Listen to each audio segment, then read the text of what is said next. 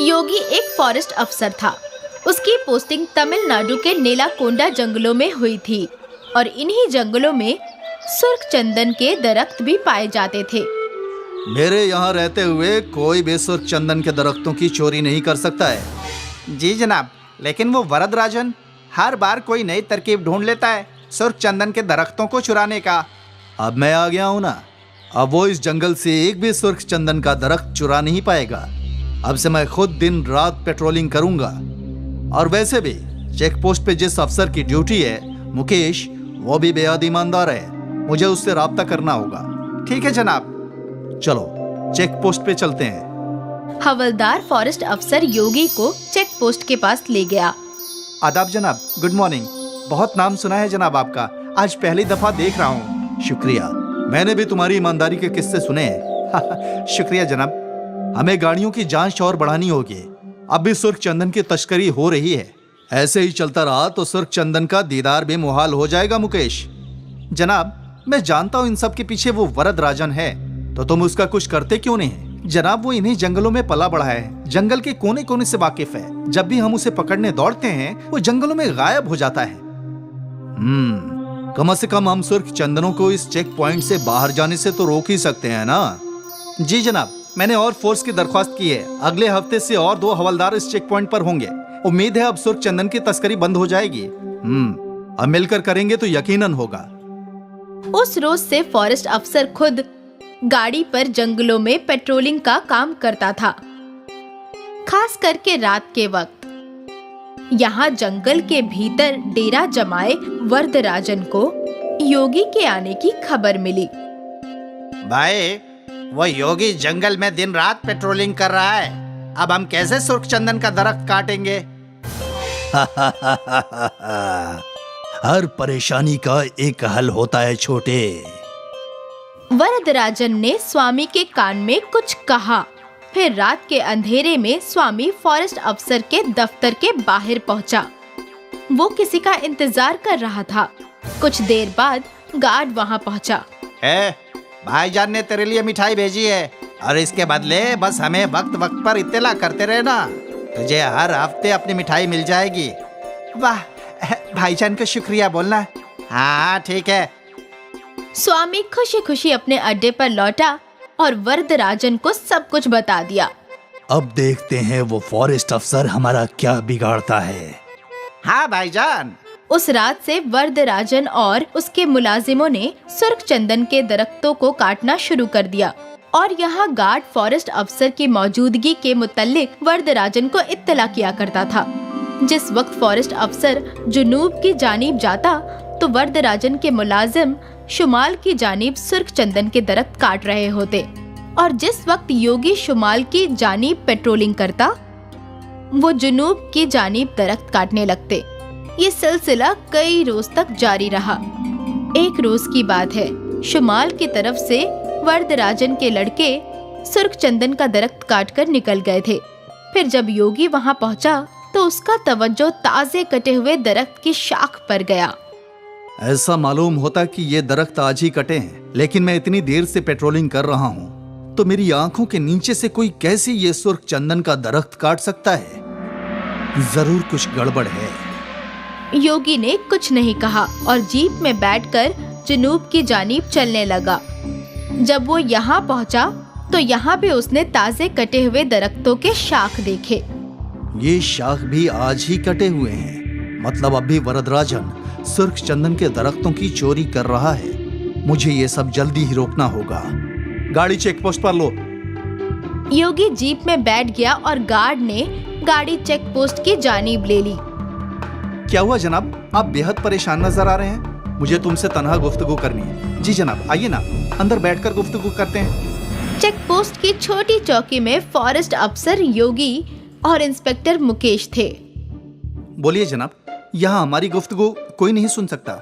मुकेश, अब भी जंगल में सुर्ख चंदन के दरख्त कट रहे हैं। क्या यहाँ से कोई बड़ी गाड़ी गुजरी है? नहीं जनाब, अभी तक तो नहीं, लेकिन कल ये ट्रक आएंगे जंगल में सड़क की तामीर के लिए रेत लेकर। फिर यकीनन सुर्ख चंदन उसी में जाएगा। कल मैं किसी भी हालत में उस ट्रक को इस चेक पोस्ट से बाहर नहीं जाने दूंगा।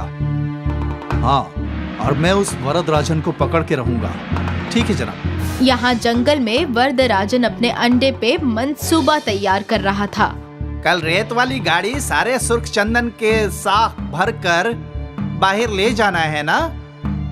नहीं। अब तक तो उस फॉरेस्ट अफसर को सारे मालूमात मिल गए होंगे। वो कल चेक पोस्ट पर हम सबका इंतजार करेगा। तो अब हम क्या करेंगे? कैसे इन सुर्ख चंदनों को इस जंगल से बाहर निकालेंगे भाईजान? वरदराजन ने अपना मंसूबा तैयार कर लिया था। अगले सुबह रेत की गाड़ी जंगल के अंदर दाखिल हुई। इंस्पेक्टर मुकेश ने फॉरेस्ट अफसर योगी को कॉल करके इसका इत्तला कर दिया। जनाब, ट्रक आ गए हैं, आप भी आ जाइए। ठीक है। वो ट्रक तामीराती साइट पर पहुंचा। यहाँ ट्रक ने सारी रेत अनलोड की और फिर वरदराजन और उसके मुलाजिमों ने उसमें एक सुर्ख चंदन की शाख को लोड कर दिया। यहाँ फॉरेस्ट अफसर और गार्ड जीप में निकले, लेकिन उनके रास्ते में कई और दरख्त गिरे हुए थे। जनाब, दूसरे रास्ते से जाना होगा। ये सब उस वरदराजन ने ही किया होगा। जल्दी चलो, आज उसे पकड़कर ही रहेंगे। वरदराजन वहाँ से निकल गया। अब जब फॉरेस्ट अफसर योगी वहाँ पहुँचा तो ट्रक भी वहाँ से निकल चुका था। चेक पोस्ट के पास ले लो। योगी ने इंस्पेक्टर मुकेश को कॉल लगाया। मुकेश, वो लोग निकल चुके हैं, अब तुम्हें ही उन्हें रोकना होगा। जी जनाब। इंस्पेक्टर मुकेश अपने सारे आदमियों के साथ अपने चेक पोस्ट पर खड़ा हो गया। ट्रक आहिस्ते आहिस्ते चेक पोस्ट की जानिब बढ़ने लगा। चेक पोस्ट पर मुकेश और सारे पुलिस वाले बंदूक तान कर खड़े थे। ड्राइवर ने पुलिस वालों को देखा और उसने गाड़ी रोक दी और पीछे से फॉरेस्ट अफसर ने अपनी जीप लगा दी। ट्रक को चारों सिमत से घेर लिया था। हवलदार, चेक करो, ट्रक में क्या है? हवलदार ट्रक के अंदर चढ़ा। जनाब, यहाँ सुर्ख चंदन तो है, लेकिन एक ही है। क्या? इंस्पेक्टर ने भी ट्रक में चढ़ के जांच की तो वहाँ बस एक ही सुर्ख चंदन की शाख थी। जनाब, आप यहाँ आइए। अब फॉरेस्ट अफसर योगी भी ट्रक में चढ़ गए। वो भी ये सब देखकर हैरान थे। उस वरदराजन ने इस मर्तबा भी हमारे साथ धोखा किया। और यहाँ वरदराजन अपने सारे लोगों के साथ और सुर्ख चंदन की लकड़ियों के साथ दरिया के रास्ते से सुर्ख चंदन की लकड़ियाँ जंगल से बाहर निकाल रहा था। मुझे कोई नहीं रोक सकता। सुर्ख चंदन सिर्फ मेरा है।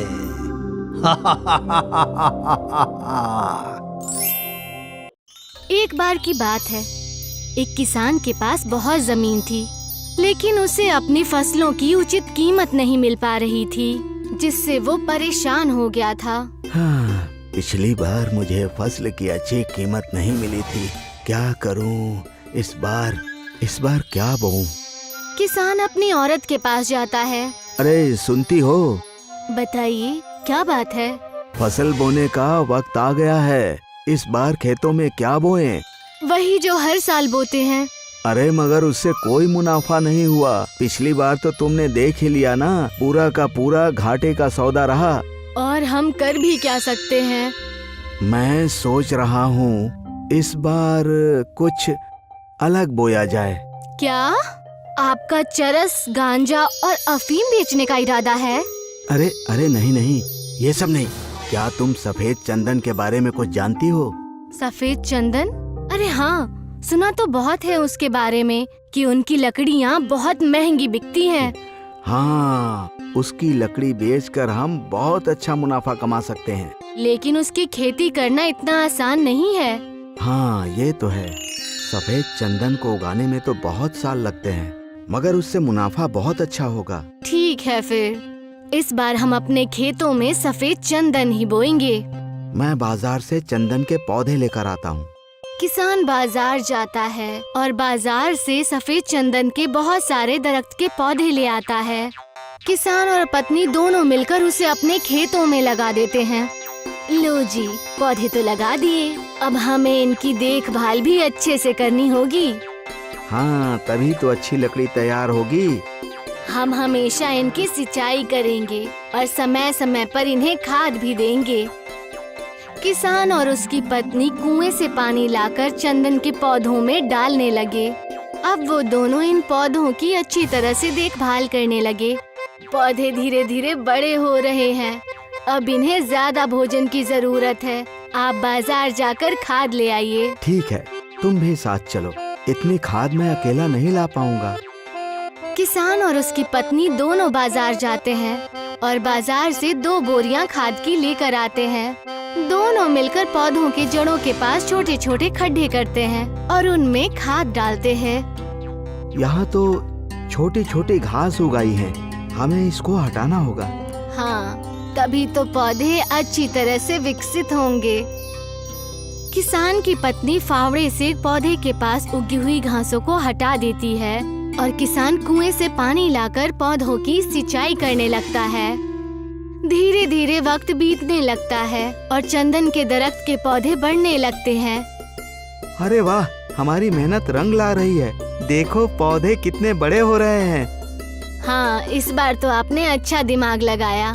इसमें नुकसान कुछ भी नहीं है, बस थोड़ी मेहनत जरूर है और वो तो हम दोनों मिलकर कर ही लेंगे।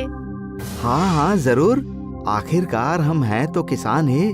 हम लोग मेहनत नहीं करेंगे तो और कौन करेगा। धीरे धीरे वक्त के साथ पौधे बड़े होते जाते हैं और उन पे ढेर सारी टहनियाँ और पत्ते भी आने लगते हैं।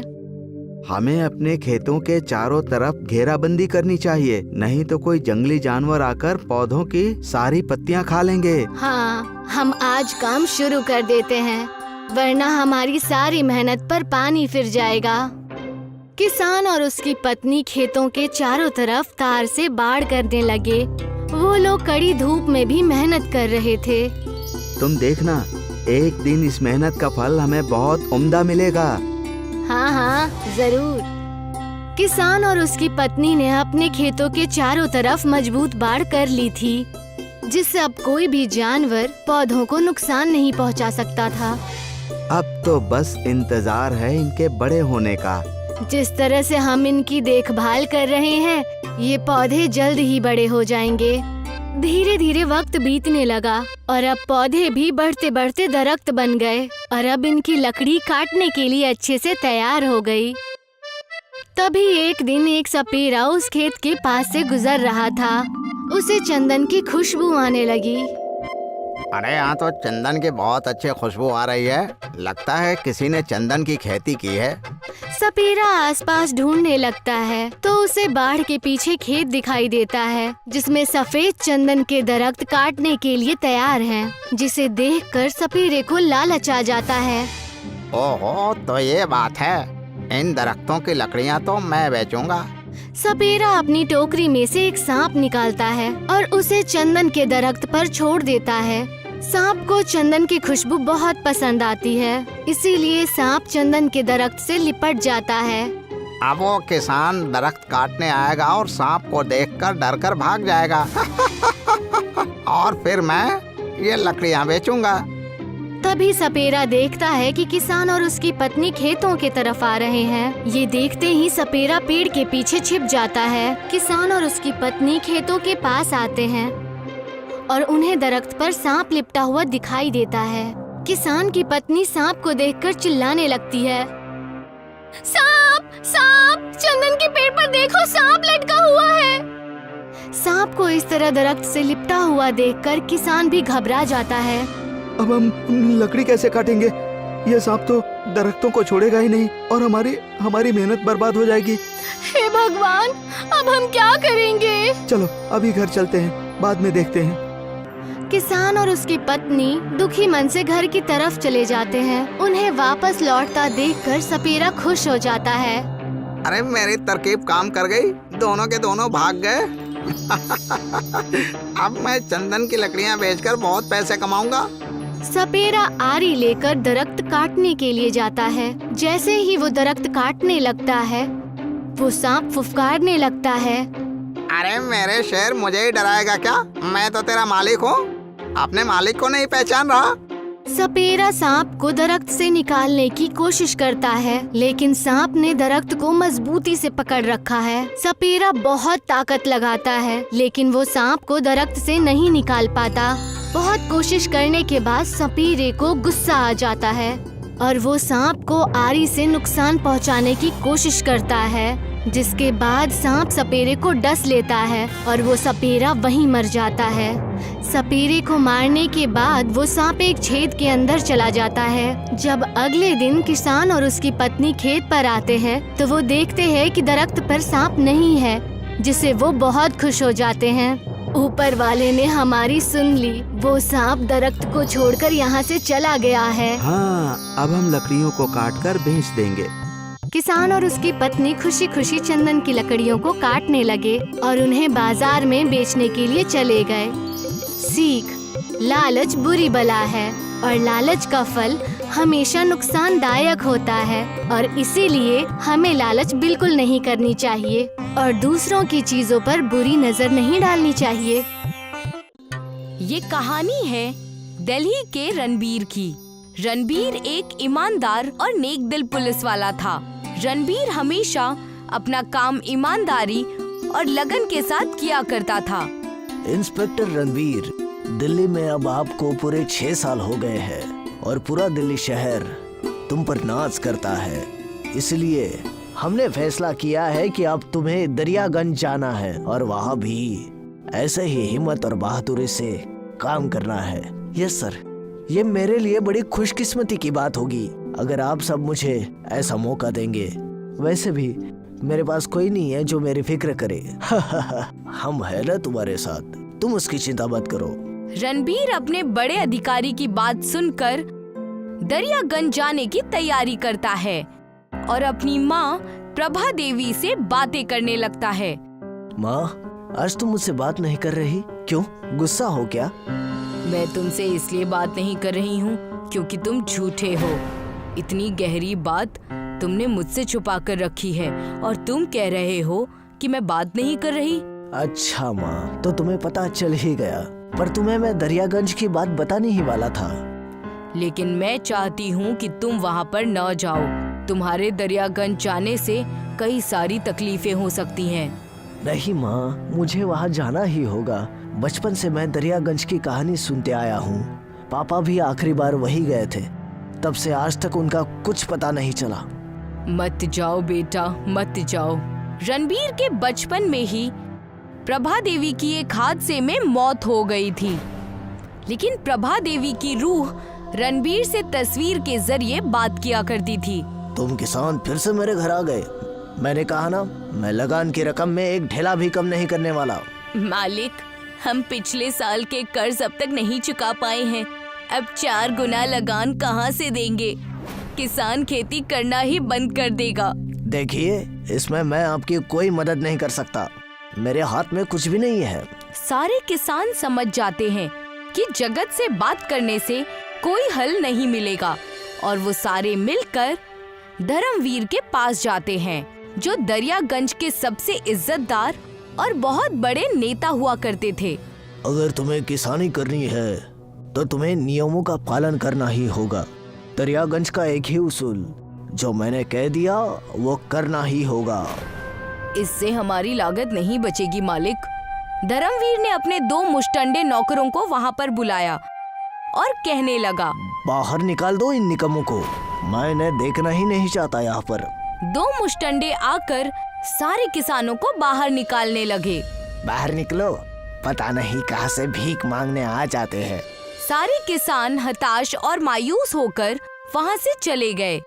उसी दिन रणबीर की दरियागंज में पोस्टिंग हुई थी। भैया, दरियागंज चलोगे?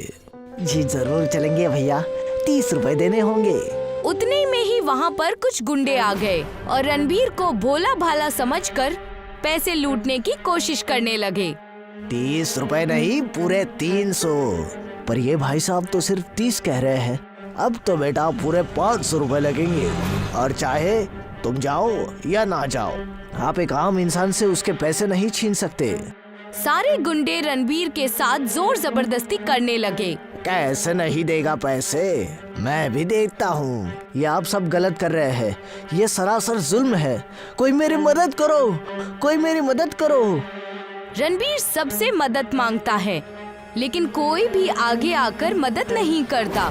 तब जाकर रणबीर एक गन्ने की दुकान से कुछ गन्ने ले लेता है और उन गुंडों की उससे खूब धुलाई करता है। अरे तुम इतनी सी बात के लिए मार क्यों रहे हो? अब से तुम कभी किसी के भी पैसे नहीं छीनोगे, समझ गए? लेकिन तुम हो कौन? इस शहर का नया इंस्पेक्टर रणबीर। रणबीर के मुंह से ये सुनकर सारे गुंडे दुम दबाकर भाग जाते हैं। एक तरफ रणबीर को दरियागंज के रिश्वतखोरी की खबर हो जाती है, दूसरी तरफ धर्मवीर नई चाल चल रहा था। इस जंगल में सारे लाल चंदन के घर है, इसे हमें संभाल कर ही रखना है। जी मालिक, मैं क्या सेवा कर सकता हूँ आपकी? मैंने सुना है कि थाने में नया दरोगा आया है। हमें इस लाल चंदन के गांव को गुप्त रखना पड़ेगा, वरना हमें दिक्कत हो जाएगी। रणबीर को दरियागंज में आकर पूरे 10 दिन बीत चुके थे। रणबीर अब धर्मवीर के बारे में सब कुछ जान चुका था। हमें अगर दरियागंज को करप्शन से बचाना है तो हमें कैसे भी इस धर्मवीर को पकड़ना होगा। यस सर, लेकिन आज तक ऐसी हिम्मत किसी ने नहीं की सर। रात के 2 बज रहे हैं, धर्मवीर को पकड़ने का इससे अच्छा मौका नहीं मिलेगा। रणबीर और उसके साथी हवलदार रात 2 बजे ही धर्मवीर के घर चुपके से चले जाते हैं। वो धर्मवीर एक तस्वीर के पास बातें कर रहा होता है। प्रभा दीदी, मैंने आज भी कोई बुरी चीज नहीं की। मैं कुछ लोगों का भला करना चाहता हूँ, इससे ज्यादा कुछ नहीं। तुम बहुत बुरा फंसने वाले हो धर्म। रणवीर धर्म को तस्वीर से बातें करता देख सहम जाता है और जैसे ही धर्मवीर के पास जाकर तस्वीर देखता है तो उसमें प्रभा देवी यानी कि अपनी माँ का चेहरा नजर आता है उसे। ये नहीं हो सकता, ये नहीं हो सकता। आखिर ये कैसे मुमकिन है? कौन हो तुम और इतनी रात को मेरे मकान में क्या कर रहे हो? ये मेरे माँ की तस्वीर है जिनका नाम प्रभा देवी था, लेकिन तुम कौन हो और ये तस्वीर तुम्हारे घर में क्या कर रही है? तब जाकर धर्मवीर ने सारी सच्चाई बताई। मैं तुम्हारा मामा हूँ बेटा, और ये मेरी बड़ी बहन थी। कई साल पहले दरियागंज में तुम्हारे पापा और तुम्हारी माँ दोनों लापता हो गए थे। तुम्हारे पिता तो आज तक नहीं मिले और मेरी बहन गुजर गई। धर्मवीर और रणबीर बात कर ही रहे थे कि चारों ओर हवाएं चलने लगी। जंगल में बहुत तेज रोशनी हुई जो कि पूरी अंधेरी रात में सूरज के समान थी। गांव के सभी लोग उस रोशनी को देखने के लिए जंगल की ओर जाने लगे। रोशनी लाल चंदन के गांव से आ रही थी। ये तो हमारे लाल चंदन के घरों से रोशनी आ रही है। क्या माजरा है? चंदन की तस्करी? लेकिन ये सब क्या है? रोशनी का पीछा करना होगा। धर्मवीर और रणबीर उस घने जंगल में चले गए और उनका पीछा जगत भी करने लगा। वहाँ उन्होंने देखा कि पूरा लाल चंदन का गांव हवा में उड़ रहा है। रणबीर और धर्मवीर की आंखें फटी की फटी रह गई थी। पूरा लाल चंदन का गांव उन्हें हवा में नजर आ रहा था। ये लाल चंदन का गांव हमारे ऊपर कैसे है? ये तो अनहोनी के निशान है। उतने में ही वहाँ से श्यामू प्रभा देवी की तस्वीर लेकर आया जो कि चमक रही थी। मालिक, ये तस्वीर चमक रही है। लगता है माँ कुछ कहना चाहती है। लाओ तस्वीर मुझे दो। इस लाल चंदन पर सिर्फ और सिर्फ दरियागंज के किसानों और तुम्हारा हक है। आज से कुछ साल पहले सब कुछ तुम्हारे मामा ने हमसे छीन लिया था और अब मैं ये खुलासा सबके सामने करती हूँ। प्रभा देवी ने जैसे ही तस्वीर से इतना कहा, वहाँ पर रखी लाल चंदन हथकड़ी के रूप में बदल गई और धर्मवीर को उस हथकड़ी में कैद कर लिया। देखा मामा, मुझे आज भी याद है जब बचपन में आप मेरे खानदान को तंग किया करते थे। मुझे छोड़ दो, मुझे जाने दो, मैं ये देश छोड़कर चला जाऊंगा। जैसे ही धर्मवीर मामा को हथकड़ी लग गई, लाल चंदन का गांव बादलों से नीचे आ गया और जंगल के बीचों बीच एक शानदार लाल चंदन का गांव नजर आने लगा, जिसका पहरा रणबीर के पापा धर्मेंद्र कर रहे थे। रणबीर अपने पापा को पाकर बेहद खुश हो गया। पिताजी, आप इतने सालों से इस लाल चंदन के गांव में कैद थे। तुम्हारे मामा ने मुझे बंदी बनाकर रखा था। ताकि मैं दरियागंज की जमीन ना हड़प लूं। आज तुम्हारी वजह से मैं आजाद हूँ। तुम्हें यहाँ आने से तुम्हारी माँ इसीलिए रोक रही थी। वो नहीं चाहती थी कि तुम कोई दुश्मनी मोल लो। सारे गांव वासी लाल चंदन के घर में रहने लगे और किसानी करके अपनी जिंदगी बहुत ही खुशहाल तरीके से गुजारने लगे। धर्मेंद्र अब दरियागंज में ही रहने लगा। सरकार ने रणबीर को अब इंस्पेक्टर से शहर का एसीपी बना दिया।